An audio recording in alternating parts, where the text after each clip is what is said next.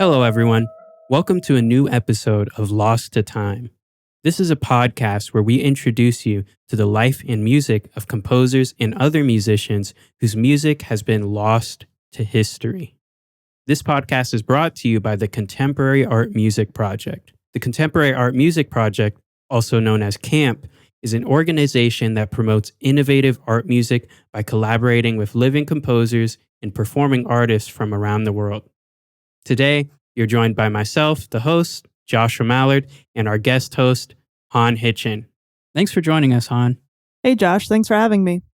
Before we get the ball rolling, Han, how about you tell us about the camp events coming up?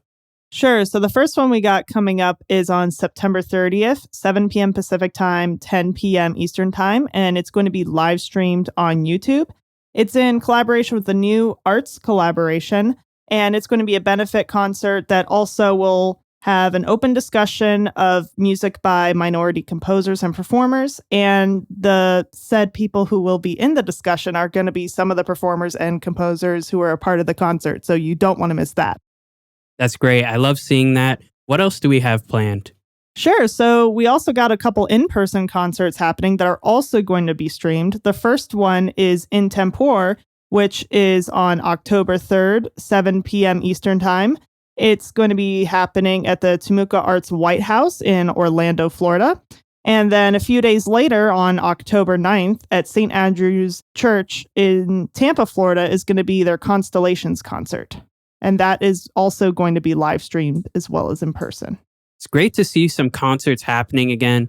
Understandably, live music took a huge hit last year and throughout the pandemic. So it's nice to see things kind of rekindling a bit. What do you think? Yeah, I completely agree. And something that I think is also really wonderful is that a lot of these in-person events are also offering a live stream version. So if you're not in the Orlando or Tampa area, you can tune in from wherever in the world you are. And I think that's just fantastic. Yes, very good. The joys of the internet. Now, there's something else you don't want to miss out on. Campground 22. On October 31st is the submission deadline for composers and performers. You definitely want to get in on that. This is Camp's inaugural new music festival, and it's holding a call for composers and performers. So get your application in. So the topic we're going to be discussing today is none other than Julia Perry. Now, Julia Perry is an African-American woman composer who lived from 1924 to 1979. And I'll tell you right off the bat, Julia Perry is just super underrated.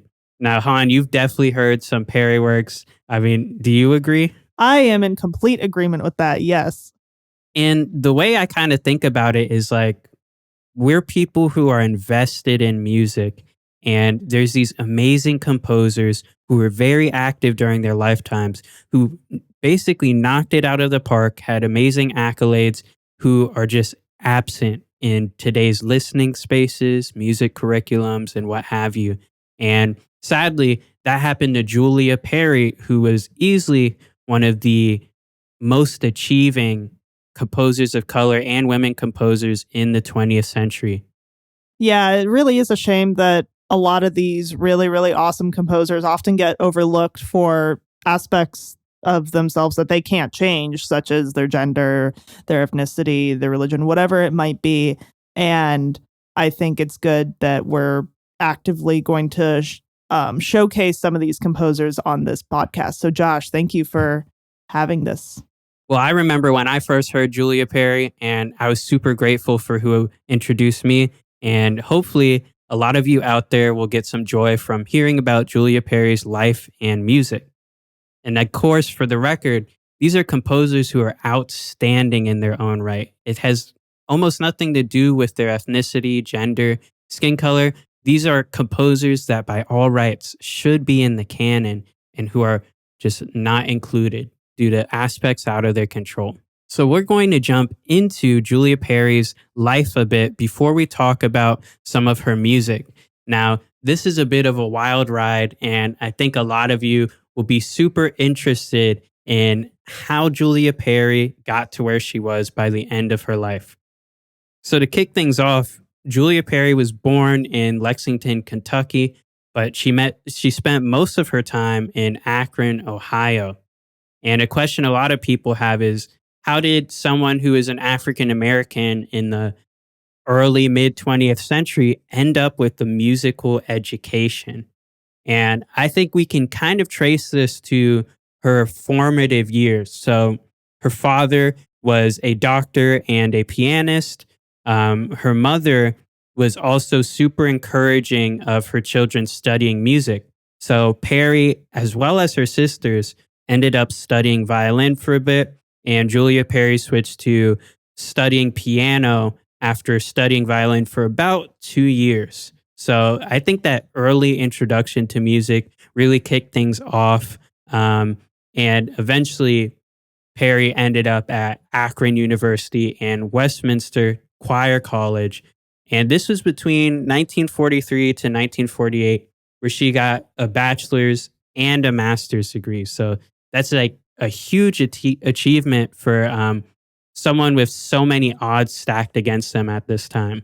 Oh, yes, especially at that time period. If I look at some of my relatives back in that time period, most of them don't have degrees of that level in any sort of field. So I think it's very wonderful that Perry got this education at this time. Yes. And what we see a bit of too is closer that you get to the civil rights movement and after it, you see more people of color in the academic sphere. But even today, it's an issue we're dealing with of a lot of people of color not having accessibility to this kind of education. But this is where things get quite interesting. So if you look at Julia Perry's work during this time, it was a lot of choir, a lot of vocal works, and that was a huge part of Perry's output. And a lot of these were influenced by Black folk music in America. So like spirituals, things like that, incorporated into her vocal works during this time. Now, we'll dig into some of the highlights later, but how about we get into where things get kind of wild from here? Sure, let's get into it. So Perry received a scholarship from the Berkshire. I'm going to be honest, I'm not entirely sure how to pronounce it. I think we'll go with Berkshire for this one. All right. So she received a scholarship from the formerly known as Berkshire Music Center, which is called Tanglewood today. And here she studied for 2 summers, and she studied with a well-known composer named Luigi Dalla Piccola, who some of you may or may not be familiar with. And many of you.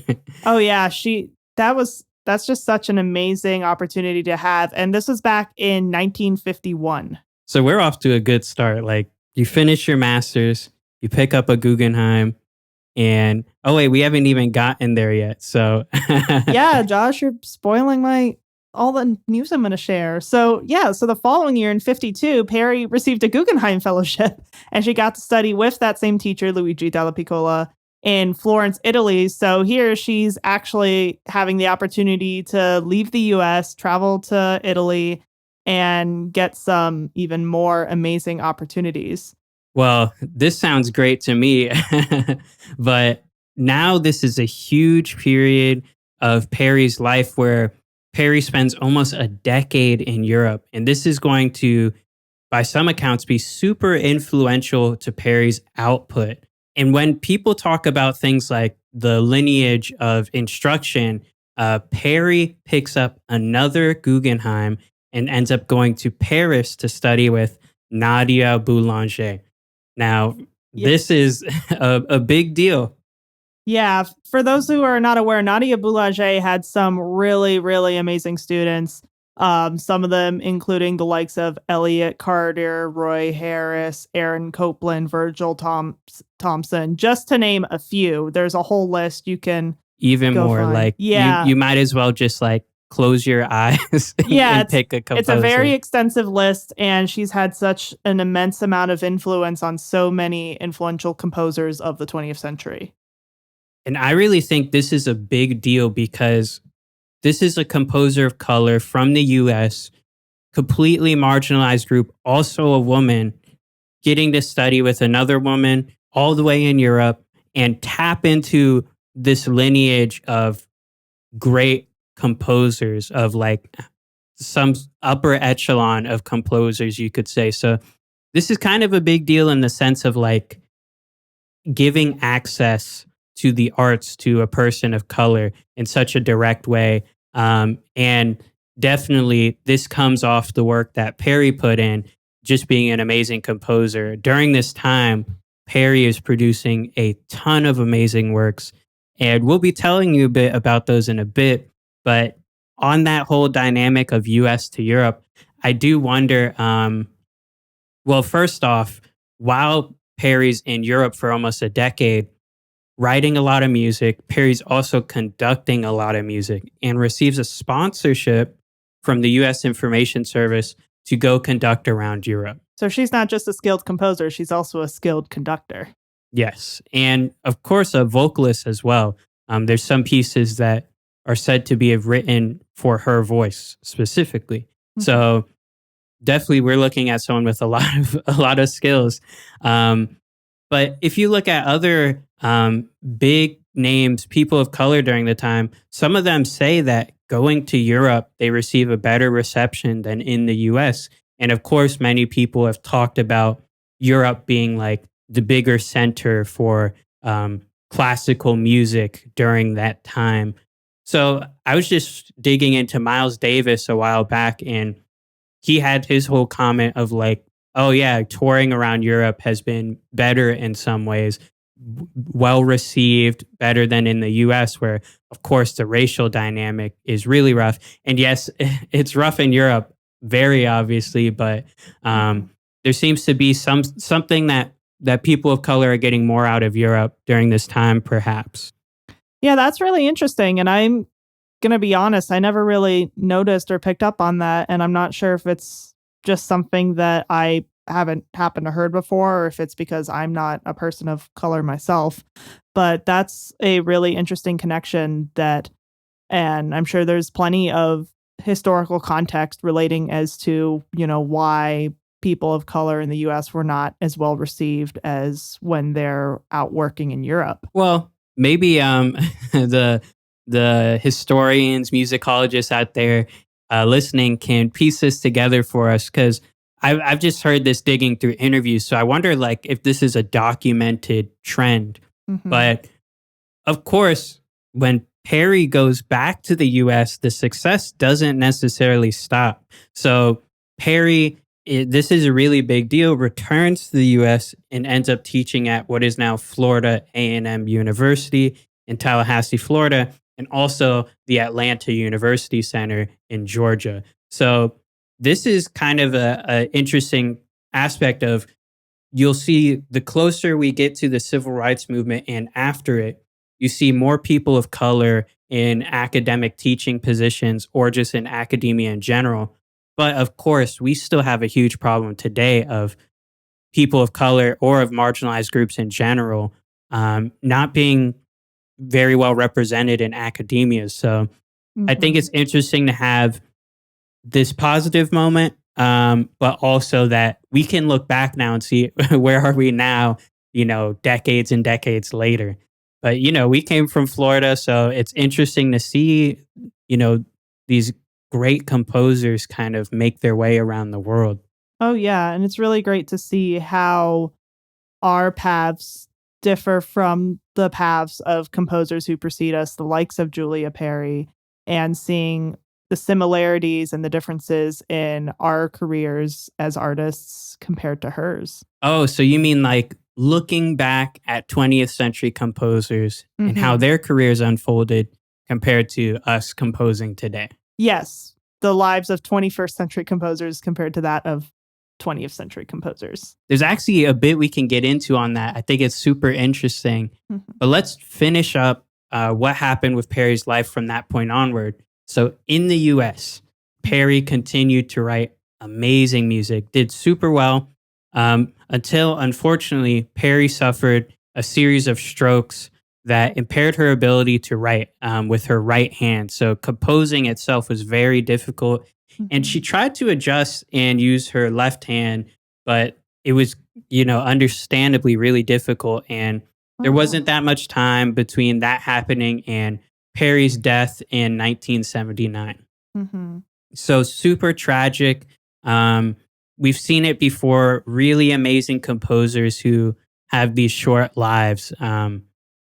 But we are at least left with a body of works that's super impressive, and a lot of people seem to be trying to look back now and rediscover composers like Julia Perry. Yeah, and I think it really goes to show with, a life that isn't as long as the average person expects today.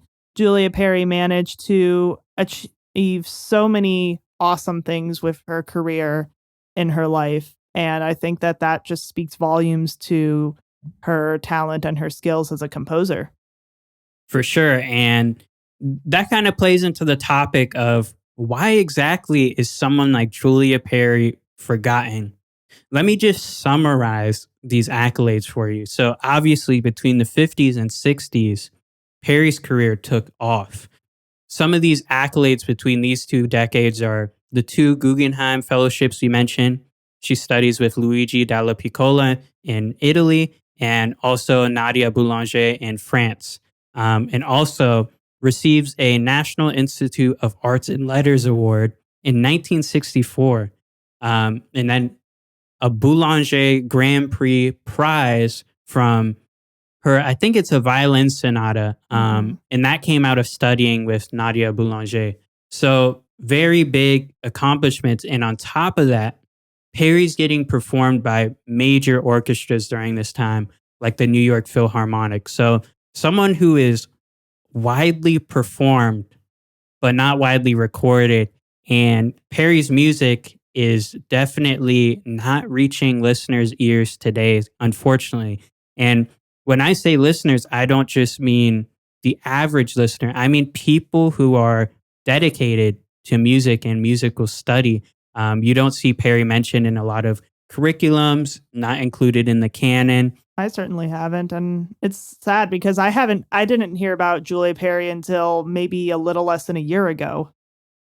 Yeah, same here. And that's the point where I was like, how are these people getting sort of lost to time? I know that's the title of this podcast, but that's Roll literally credits. what's happening.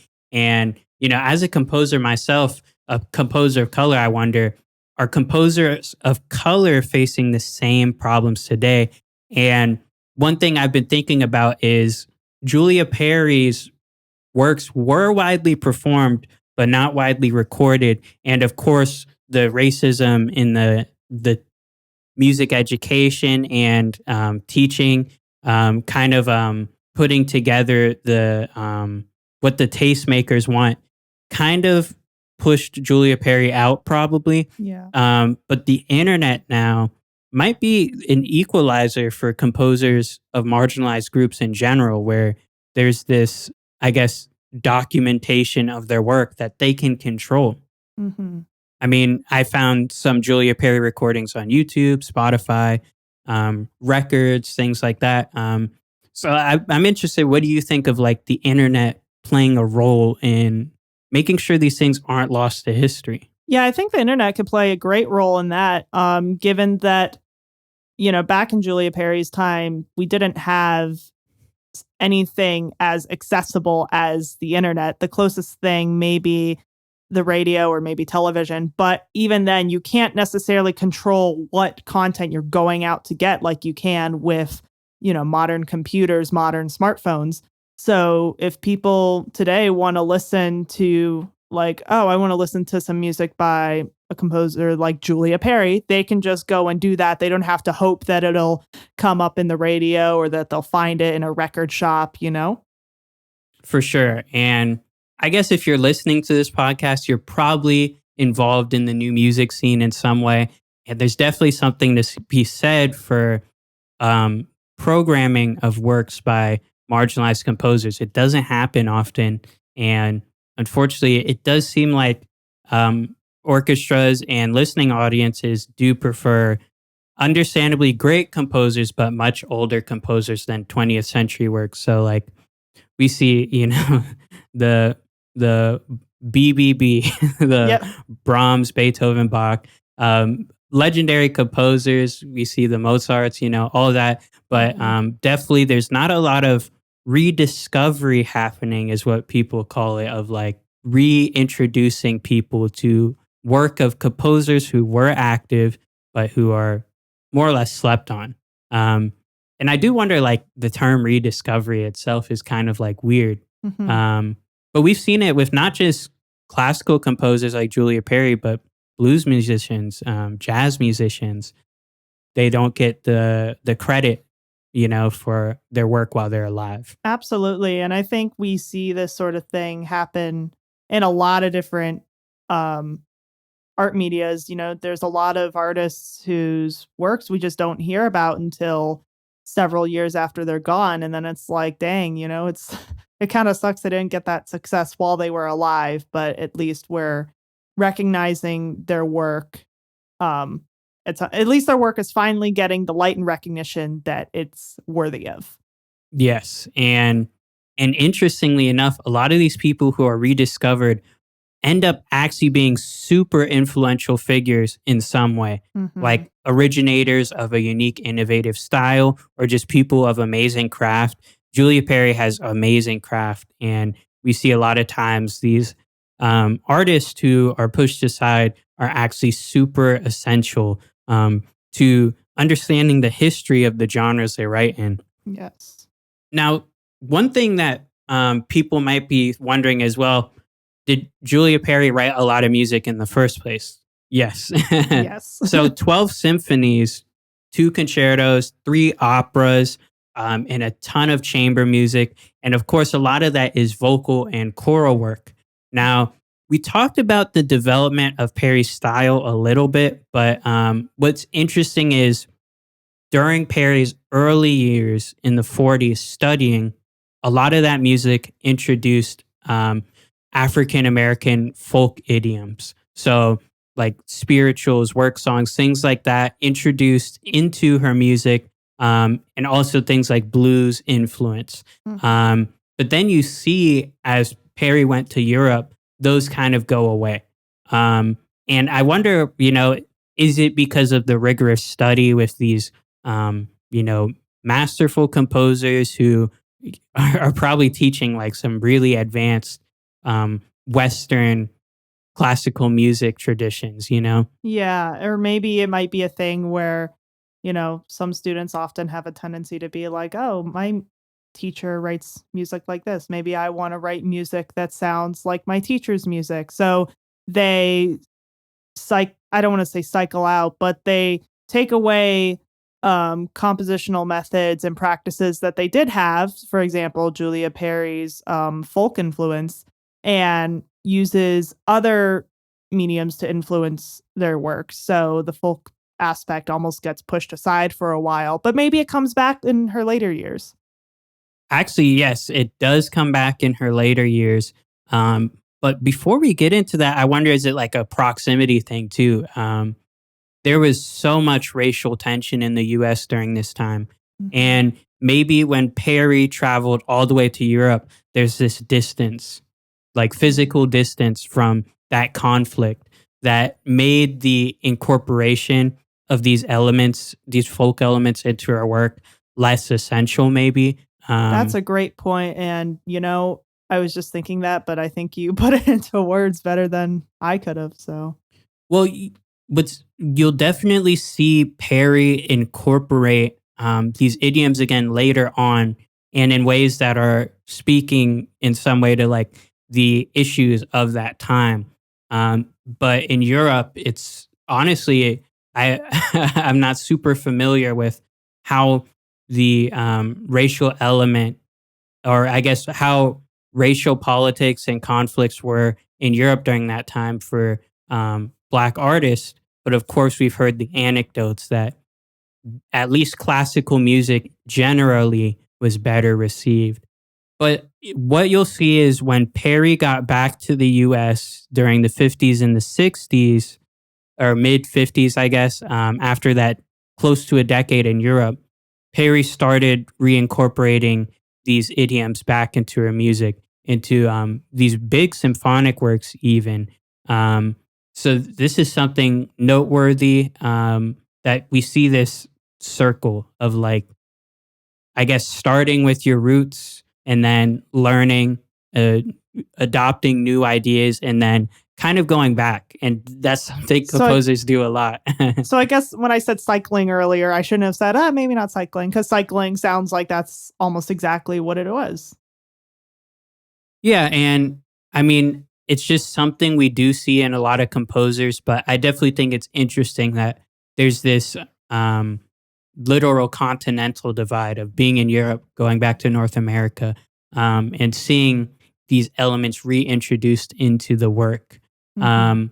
But of course, even from Perry's earlier works, early 50 works, like the ones we'll talk about, like a short piece for orchestra, um, you see incorporation of definitely things that were in vogue for 20th century, early mid 20th century composers. I say that because the assumption from people who might be a little bigoted is that composers who are being rediscovered are not up to snuff with the level of craft of other 20th century composers, which is obviously not a wholesome belief, you know? Yeah, and a lot of these people saying this probably aren't up to snuff themselves, to be perfectly honest. Yeah, I think anyone who listens to Perry's music, it's without a doubt something that stands out. This is something that people should be tuned into, you know? Yes, absolutely. This is some music you really don't want to miss. And even though we're not going to be playing the music itself, we are going to talk about it. So we all very much encourage you to go and check out these pieces after you're done listening to our podcast, or you can pause, listen, and then listen to us talk. Do whatever you want to do. Yes. So on that note, we're going to jump right into some of we think are, I guess, essentials pieces you should definitely get into if you're just hearing about Julia Perry. And to start this off, it's a short one. Literally, it's Yes. short piece for orchestra. This is from the 50s, 1952. And if I remember correctly, it was premiered by the New York Philharmonic or the Pittsburgh Symphony. There's some major orchestra performances and recordings of this work. Mm-hmm. And it's a really cool work. I think if you listen to it, one thing that stood out to me is in that short bit of time, there's great interplay between every part. There's these contrapuntal textures that unfold in a really nice way where you can tell that Perry is honing in on the timbre, the capabilities of each individual section of the orchestra. Absolutely. Yeah. Her skills at orchestrating are really impressive. And I think they really not only are characteristic of this time period, but I think that in my opinion, I think she's really good at showing off how good she is at orchestrating with this short piece specifically. So it's really, really fun to listen to. It actually reminded me of how someone would write for like more like a sinfonietta, you know, where there's these exposed textures that are highlighting, you know, individual instruments almost. Yeah, that's definitely a great point, and I agree with you on that. Well, it works very well with this sort of like um interplay between all the different parts. You get all these intricate textures. And I really think this is a great piece to start with because it has something for everyone. Like, if you're someone who really likes dissonant music, this is a good one for you. There's a lot of great dark textures, crunchy dissonances. Do we use the term crunchy for that? Yes, we do use the word crunchy. It's a Yes. great word and it's accurate. I guess that's like literal texture of music, right? And there's a lot of motivic development. So if you're someone who really latches on to melodic figures and stuff, it's very clear that Perry is working those in, paying attention to, you know, each iteration of it. And I really suspect like there's some sort of like interesting system going on in this, or something where you can really tell there's a clear transformation of the material. Yeah, and I think that kind of goes back to what you said about how some of her music does follow the vogue of a lot of pieces from the 50s and 60s when she was composing this. She's definitely not only just following these, popular compositional trends, but she's very, very good and exemplary at doing it herself in her way. Yes. And of course, we don't mean that by saying like, oh, it's in vogue, it's generic or something. No, definitely not. That's not what I meant. Yeah. We mean that this is obviously something that was fitting for the time, but exemplary at the same time. And that's kind of why it's curious why this piece, it's a pretty short piece. Orchestras could be picking this up. Mm-hmm. Why it's not being programmed a lot. Now, there are some recordings online and even a nice score video that you can dig into this piece for. There's one by the Imperial Philharmonic of Tokyo. There's also one by the New York Philharmonic, conducted by William Steinberg. And that's a recording from 1965. So wow. I haven't been able to find very recent recordings, Wow. So any orchestra director listening to this, if you need a new piece to play, this one definitely could use a newer recording. Yeah, it fit right into a program. It's a nice, I guess like an interlude. Like it's a very high intensity piece, but it's not super long. Yeah, it's definitely not going to be super taxing for performers, but it's definitely one that I think that they would enjoy playing. Now, comparing composers is usually not a good idea, but I thought I'd mention this for people who might be hesitant to get into, some new music. Mm-hmm. And I don't mean new music like music today, but I mean music you haven't heard. I've heard I've heard this period of Perry's music compared to like Scriabin, Stravinsky, composers like that. So I think, if you're turning up to Rite of Spring or something, you're going to like this. If you're turning up to, yeah. Is that what are we still saying turning up in we can 2021? If you're listening to Agon and stuff, I think you'll like this because some people say that it bears the quality of like almost like neoclassical. Yeah. I'm not sure if I really agree with that assessment, but I think this has, like I said, something for everyone. If you're a fan of romantic music or you like some of the more mid 20th century things that came out, I think you'll like this either way. Absolutely. And if you don't, I don't know why you don't, but Julia Perry has a ton of other awesome pieces that we can get into here. Yes. And the next one is arguably one of Perry's most, I guess, essential works. I'm talking about Stabat Mater. Now, this is actually a little bit before, it's 1 year before. This is a 1951 work. And, people say it's one of Perry's most major works. It's composed for a contralto and string orchestra. I think already off the bat, a really interesting instrumentation. Mm-hmm. And as you may have guessed from this title, it's a setting of the hymn text of the same name. For those of you who are familiar with hymn titles, Stabat Mater is a very popular one, and the text actually is depicting the sorrow that Jesus Christ's mother Mary felt during his crucifixion. Now, this work is super interesting. It's not an opera work, but the way the text is set is very operatic. If you're any fan at all of opera, you're going to like this one. And I really love these sort of like almost concerto type things where it's like string orchestra or chamber ensemble with like a soloist of some sort, in this case, like a voice. Mm-hmm. And some even say this was written for Perry's voice. I'm not sure. Someone fact checked that for us, but that would be really interesting. Like imagining someone like Perry performing this piece. Oh, yes. And I think that's just got to be so fun. If it were true, writing a piece for yourself, singing with an orchestra backing you up, that's just so badass. Yeah. Again, the orchestration is very good, very dynamic, but this is a string orchestra, and I wouldn't say there's a ton of like extended techniques or indeterminacy, aleatoric stuff being employed in this, but you still get an immense deal of variety from the shifts in the texture, like these big gestures that sweep up and then shift into like something like that's completely subdued. Very, very impressive writing. And it works so well with like how dramatic the vocal is. Oh, absolutely. And her shifts in orchestration also play a role into that. There's some parts where she has these very um these soft sort of tranquil lines that kind of create these moments of stasis. And then later on you have these more larger 2D sections where, all the strings are playing the same, if not very similar material, while the voice is kind of just booming over it.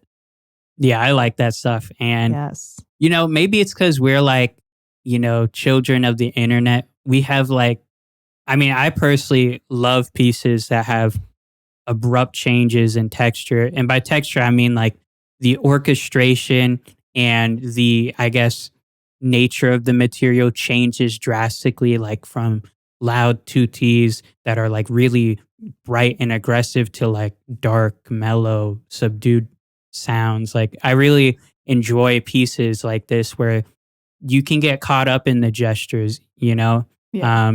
And in this case, I don't understand the lyrics. The text is not in English. Well, there in the score there is a translation that is done by Perry herself from the original Latin text to English, and I believe there's plenty of translations that are available online because the Stabat Mater not poem, but The hymn text. the hymn text, yes, it is very commonly used. There's a ton of other settings of this text by several other So many. composers from all sorts of centuries, because this text has been around forever. Well, not forever, but a very, very long time. Yeah. So Well, this is a good addition, and yes. I've read that this is widely performed, and even then, though, it's kind of hard to find recordings. Yeah, I'm not sure if maybe these were widely performed back before it was more commonplace to actually record the concerts. Because we do come across, recordings of pieces from concerts back in, the 50s, the 60s, the 70s, maybe even earlier. But I don't think it was as commonplace to just record the concert and have it ready to go and upload it somewhere Yeah, I onto mean, a CD or the YouTube or whatever was available at the time as it is today. yeah, we're lucky. I mean, we have laptops in our pockets, smartphones. We have cameras and recorders in our pockets thanks to whatever smartphone you have. If you have a smartphone, not everyone does. Yeah, and that's why I think maybe these advances in technology, creation of the internet, will help people of marginalized groups get their music permanently in the world. Absolutely. I'm definitely thinking about it myself, like, how much music can I preserve in some way? And thankfully, now that things like YouTube exist, we see people digging into their archives and pulling out recordings. Yes.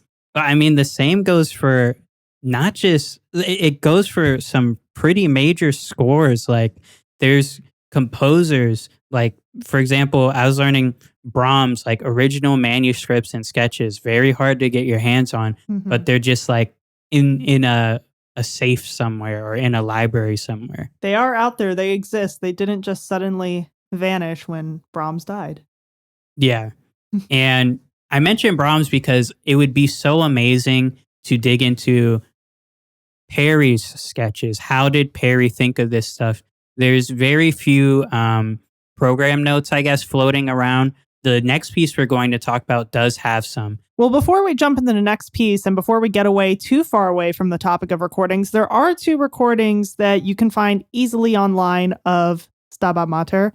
One of them is by the Japan Philharmonic Orchestra, and this one is featuring mezzo-soprano vocalist Makiko Asakura. And there's another recording, it's a really great recording on the album Roots, and this one actually features a baritone vocalist, Thomas Stimmel. Now, this is really great to have two recordings, two contrasting voice types, and especially of a piece that otherwise doesn't have a lot of recordings available.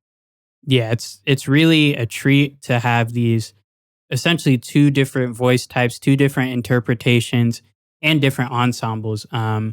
Did you mention the album that the Roots. second one? Yeah, Yes. Roots. Really nice, and there's other stuff on that album too. Definitely worth checking out. But I just really think if you get the chance, listen to both of them. It's just really nice having, I guess, those two different textures. Oh, yes. So we talked about some notes on how Perry's style developed, and I really think these two pieces are a good starting point for just getting into Perry. We're going to jump ahead quite a few years to Homunculus Cf. This is a 1960 work, and some people say it's the most innovative of Perry's works. Yes. And this one does contrast from the other two works. It's not for orchestra, but this is a work for harp, celeste slash piano. I believe they double, and 8 additional percussionists.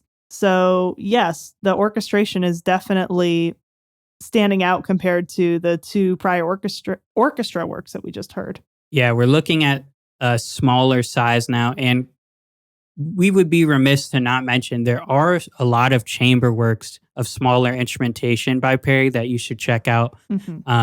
One of the earlier ones that we haven't mentioned is like Prelude for Piano. That's a really nice one that has a bit of blues influence in the piano writing. I love that piece. Yeah, it's a nice one. Now, we do have some notes from Perry on this one, which is very, very good. So let me read these to you. Homunculus Cf for 10 percussionists was composed in Akron, Ohio during the summer of 1960 in my apartment, situated on the top floor of my father's office. Now, Perry mentions here that her father was a physician and surgeon. This is important. Yeah. So continuing on, the apartment was equipped with all the necessary facilities except a piano. These clinical surroundings evoked memories of the medieval laboratory where Wagner, youthful apprentice to Faust, made a successful alchemy experiment, fashioning and bringing to life a creature he called a homunculus. Having selected percussion instruments for my formula, then maneuvering and distilling them by means of the chord of the 15th, this musical test tube baby was brought to life. The chord of the 15th was created from a succession of superimposed thirds. So in this case, that's E, G sharp, B, D sharp, F sharp, A sharp, C sharp, and E sharp. It's an alternating structure of major and minor thirds built off of E4. And if you didn't catch that, chord of the 15th is what CF stands for in the title of the work. And it's really interesting how Perry makes use of this chord of the 15th. Yeah, absolutely. And I think that the way it's utilized and transformed throughout the piece is really interesting, especially a piece for percussionists when not all the percussion instruments, are pitched instruments. So I think it's definitely a cool thing to listen to. And the way it alternates the use of major and minor thirds is quite interesting.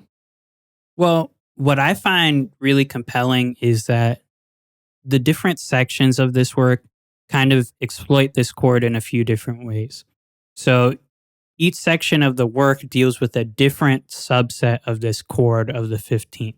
So different amount of pitches are introduced just a few at a time throughout each section of the piece until in the final section, all of them are utilized.